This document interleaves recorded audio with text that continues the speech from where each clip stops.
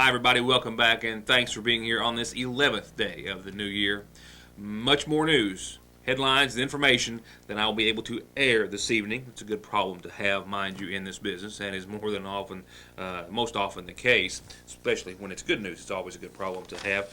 A lot of local governmental meetings, several interviews, and other reports that will be coming up tonight and throughout the remainder of this week. Tonight, we will have to, or I would fear being run out of town. Have to go over some highlights from last night's district matchup as the Hornets hosted the Golden Eagles.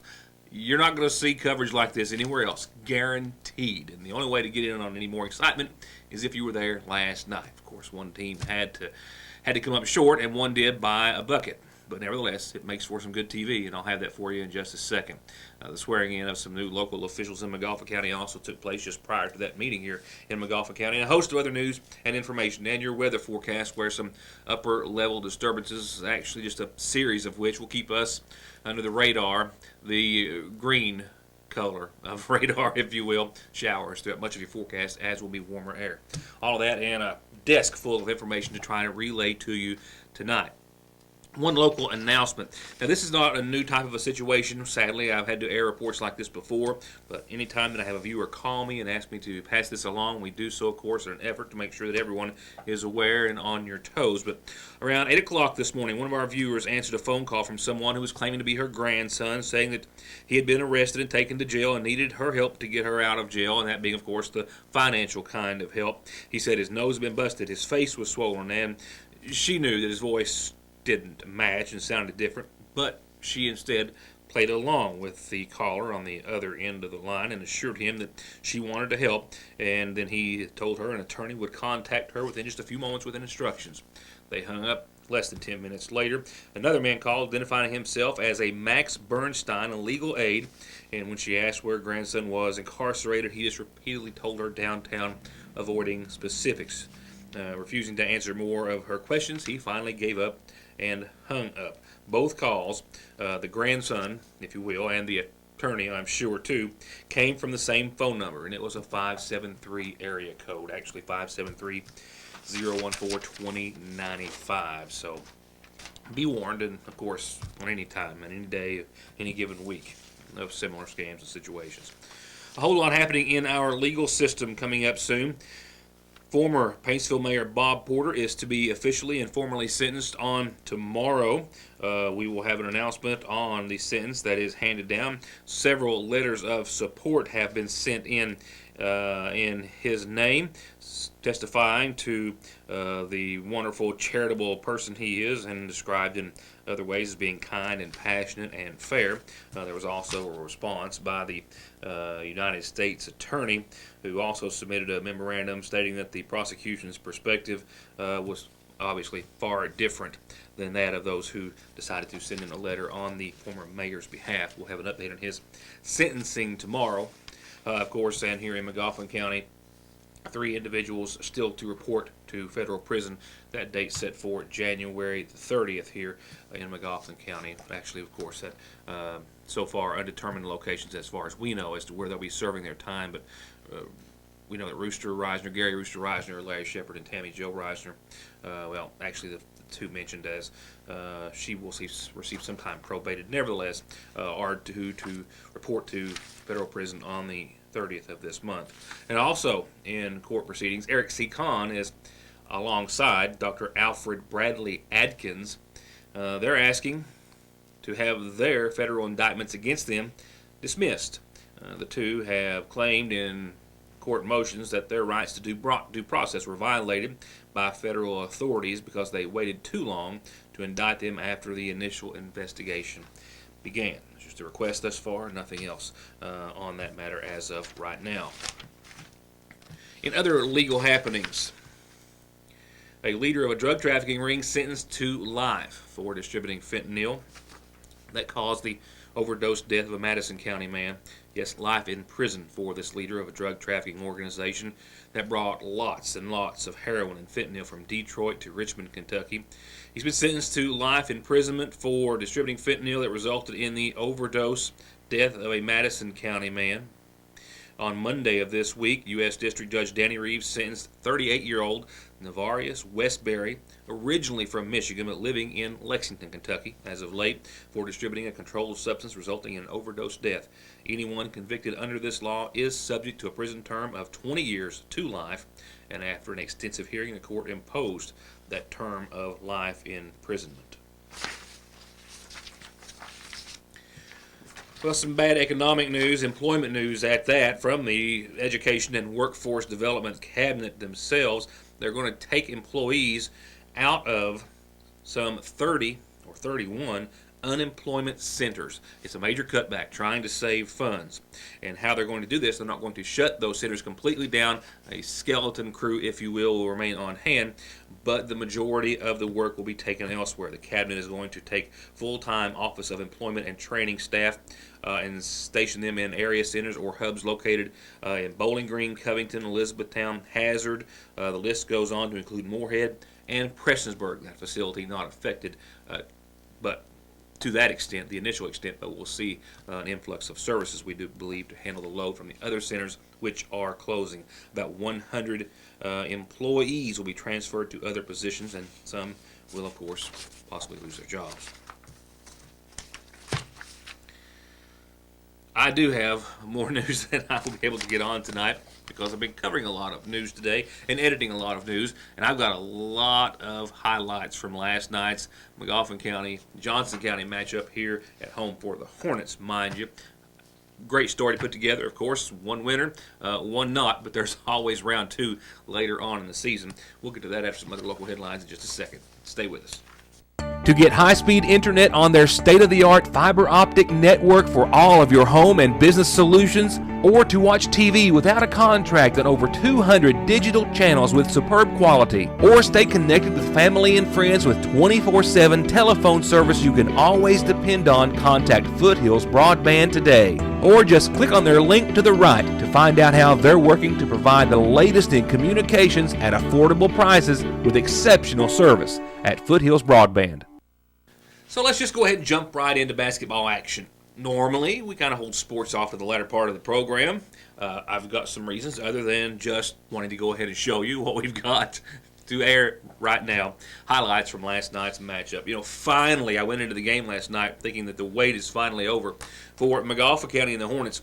Their home opener was on November the 29th. It was a win over South Floyd, by the way. Their next home game was against Allen Central, December the 13th. Also a win, by the way. 64-55 final score. And that's been it. It's been almost a month since we've had a home game for boys high school basketball and for girls action as well. So everyone going into withdrawals. And I think, to the best of my recollection, even though it's just been a month or two, I think that I was out of town on both occasions, if not at least one. So this is our first real go at some real local high school basketball action. Two of the top teams in the 15th region, including the very top team being Johnson Central and the Golden Eagles, who came in last night at 11-3, taking on Magoffin County High School, who came into the game at 10-6. It's always district excitement, regardless of the venue or any other season circumstances. And last night's game was not a disappointment from an entertainment value standpoint. Of course, only one would win, and in the first half of the season matchup between these two long-time neighboring rivals, you'd expect nothing less than a 2-point game and a last-second shot. We start off with an historical presentation. Trenton Russell, 2000 and then some. The first boys basketball player to reach this milestone in history of the school. Very proud moment for he, his coaching father, and everyone at Magoffin County High School, as he went on to add to that mark, maybe towards another milestone in his still growing career. Now on to the game. Central with the tip, comes up with the miss. Then Kyle Reisner off a pass from Lovely to Dalton Peters. He's well within inside the arch, but well and good for two to start things off. And with a tie game from two Central free throws, a quick look from Mason Blair to Jacob Rice turns it into an Eagle lead. Followed by Trenton, I'll call him 2K Russell, with his first three of the night. And off a missed three-pointer by Blair, Super Kyle Reisner, his name for tonight, also gets the rebound. And then it's Russell for two. And with Lovely in traffic, he puts McGoffin County in the fast lane. It's a 9-5 Hornet lead. We're at 3 minutes left to go in the first. Looks out to number 2, Austin Davis, well behind the 3-point line, and it's back to a 1-point Hornet lead. Then just a few ticks later, the Eagles are up by 1 off of 2 Cole Crace freebies. Then Blair jabs left and goes right down the middle, that is, for an easy 2. Central's up by 3, which was also the magic number for Russell on the next Hornet possession. And with possession after a missed 3 by Blair, Russell puts his 2 feet inside the line, and McGoffin County is back up by the deuce. There are 13 seconds left to go in the first. Just long enough for Crace to work his way in and under and off the glass. And the first quarter ends at 14 all. Time for round 2. Reisner to Austin Gibson. Crace with 2 off a 360. And Crace with 2 off the next trip puts Central on top, followed by another 2 by Cole Crace. And do you understand when I say things are just getting started?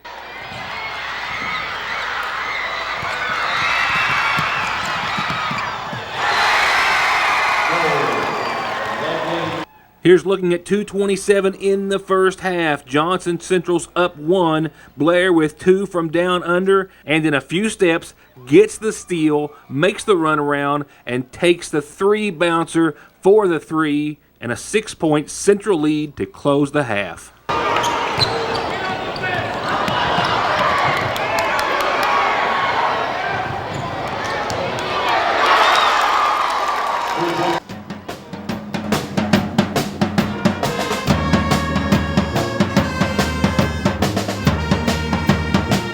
But everybody, including the Hornets, are still rocking. And fast forward down to 3 minutes left to go in the third. The Hornets are still down 6, but Russell fights his way in for 2.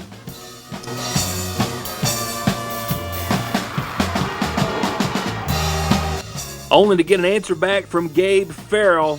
A perfect 3 for a 7-point Eagle lead.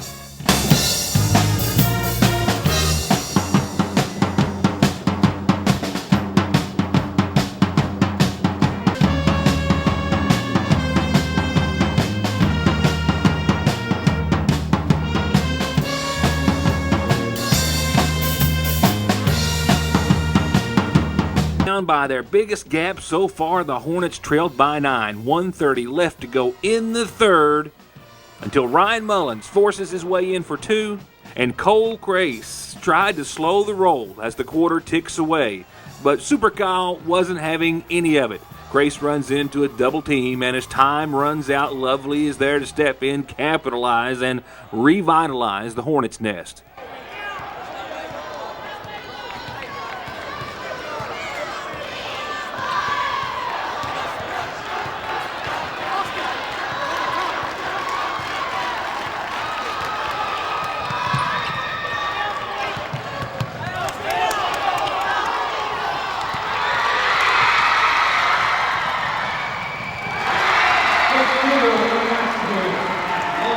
That made it a 5-point game, and just when the hometown fans started to see a little light, Blair puts up a killer 3, with Trenton Russell keeping the Hornet hopes alive right after. Not once, but twice, to cut the Central lead down to a bucket.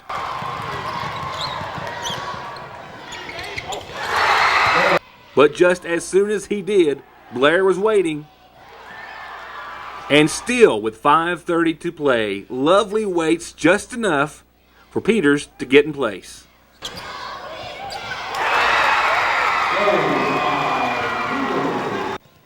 And Peters again, this time cleans his own plate.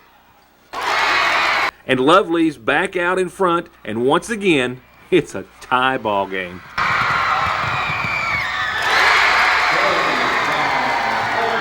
But there's still 2:47 left to play, and Blair's got something to say about it.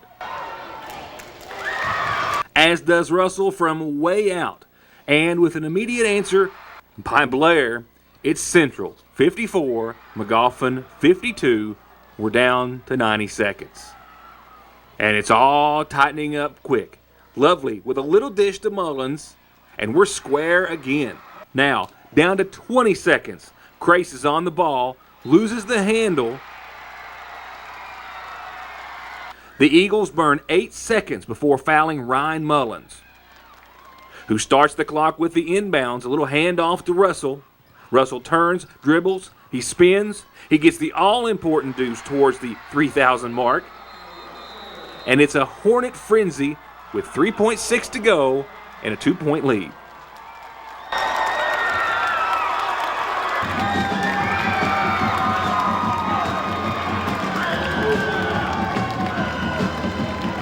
Which, as everyone knew, was more than enough time for Central to get a shot off, and they did. Blair off the inbounds, just a bit outside and off the iron. And I wasn't the only one to recognize that it felt like district tournament time. This was unbelievable. I love the crowd. Everybody was here, and our kids played their butts off. You know, I can't say no more about Kyle Reisner. He played the whole game on Mason Blair. Trent Russell done what he's supposed to do, take care of business at the end of the game. Dalton Peters played a great game for us tonight. Him, Jaron, Ryan Mullins done what he. Austin Gibson come in and give us a big three. But I am tickled with the atmosphere that was here tonight at McGoffin County. Where are you going to carry this now? Next stop on the road. We're here Saturday night. We're back here with Sheldon Clark. Everybody come out. It's another big district game for us. You know, this put us right back in the hunt for everything here. So everybody, if you ain't going to do Saturday night, come up to the game. It's a doubleheader. Girls play at 6, we play at 7:30. A big win, a monster performance by all of McGoffin County to take out top-seeded Johnson Central. Everyone stepping up their game, and I couldn't help but go straight to Kyle Reisner. Well, it's a district game. It's Johnson Central. I mean, if you can't get popped for that, then you don't need to play the game. And I was playing with a chip on my shoulder. A lot of people didn't think I could guard Mason Blair. He's one of the best scorers in the region, but I was out to prove something tonight, and I think I did.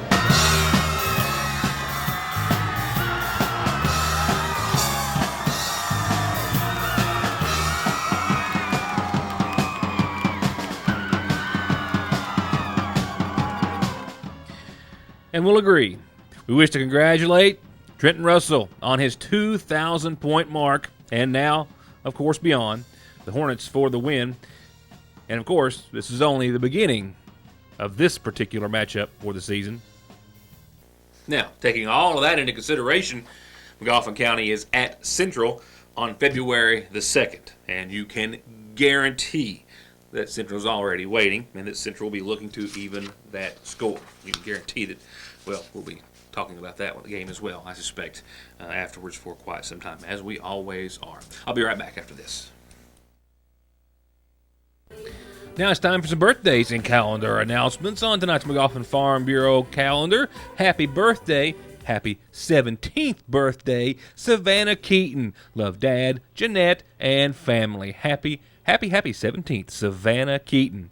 I got another birthday wish, a happy 28th birthday wish, it says, to, drum roll please, Carrie Keaton. Love Mom, Wayne, Callie, and family. Happy birthday.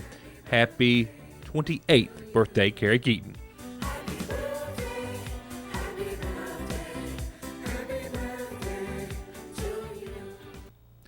A few days ago when I spent some time over at the Lakefront Church of God and Water into Wine Food Pantry when we were talking about Johnny Cash, we also spoke about how it's time for an update on everything they have going on over there. And I mean, you're talking about health services, you're talking about the pantry, which serves 500-600 or more people every month. I mean, it really is an amazing amount of dedication that they've got to the community over there. We will be maybe even around next week when they have their next distribution day. And they told me then they were planning on doing this. They've been serving once a month now for quite some time through the food pantry. And in an effort to help our seniors have a little easier time of it, hey, sounds good to me, they have a senior day set aside, and it's going to be next Tuesday, the 24th, from 8:30 till noon. It will be senior day at the food pantry over at Water into Wine. Then the following day on Wednesday, it will be their regular day of distribution from 11:30 till 12:30. And if you're picking up for another person, remember you must have their card and a note from that person that has their signature, date, and phone number. That's all from everyone over at the Water into Wine Food Pantry at the Lakefront Church of God. And a reminder, if you've got announcements from your church, club, organization, what have you, birthdays or anniversaries, doesn't cost a dime, just costs you a little time to get to me any way you can. Mail, email, Facebook, phone, fax, drop it off here any way you can, and we'll tell everyone about it. Oh, and by the way, I got word, just didn't get it on screen, that North Magoffin Elementary Site-Based Council, their regular session for tomorrow, that was actually for today, has been canceled. So it was canceled, by the way. So if you missed it, you really didn't miss it. It's going to be rescheduled, and I'll try to let you know that actually on time. My apologies. Turning to funeral arrangements, we've been notified of those to be held in honor of 75-year-old Odie Combs of Fairchild Road, who passed away on today's date. She was married to Floyd Combs. She's survived by sons Mitchell and James Joseph. Visitation after 5 o'clock Friday, all Saturday, and up until services that start Sunday at 1. Once again for 75-year-old Odie Combs. Services and visitation from the Sayersville Funeral Home.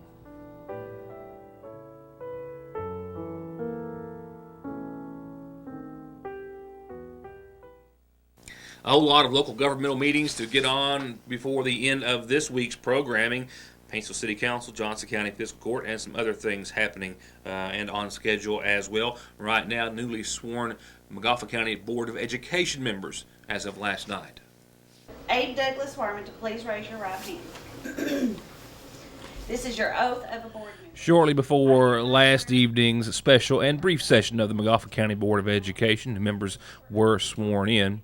Jimmy Gold of District 2, who had already served the unexpired term of Bill May but was re-elected, as well as Donald Hilton, I believe, serving in District 5, and Abe Wireman of District 3, I believe, all sworn in and then taking their seat at the Board of Education table following for a brief meeting.